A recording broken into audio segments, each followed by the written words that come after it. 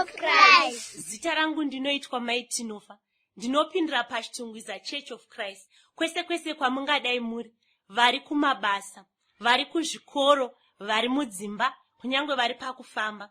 Shoko raMwari panguva ino riri kuti, kuno mumwe unotambudzika pakati penyu here? Ngaanyengetere. Kune unofara here?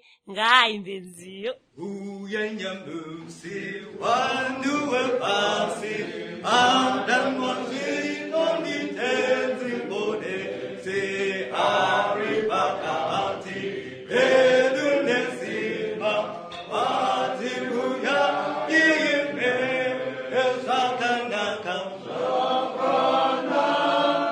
kuenda kumusoro, Kusangana, navo, vekudenga, Pamwe naJesu, Kristu M'ponesi, kugara navo,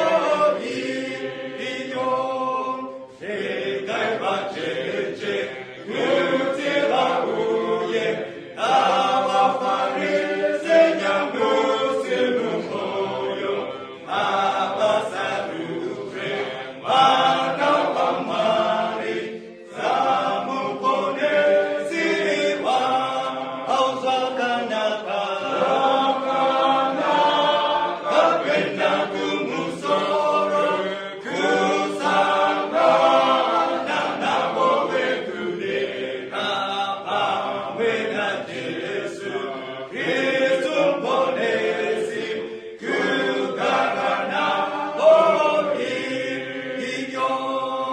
Uyai mapari, musazogare, Kusangana, tifare Pamwe, ngativhukute, mwana waMwari, Uyai zvino, Zvakanaka, kuenda kumusoro, Kusangana, navo, vekudenga, Pamwe naJesu, Kristu M'ponesi, kugara navo. I greet you all in the name of our Lord and Savior Jesus Christ. My name is Judith Chia. From the bottom of my heart, I would like to invite you to join us at Chitungwiza Church of Christ every Sunday at 9 a.m.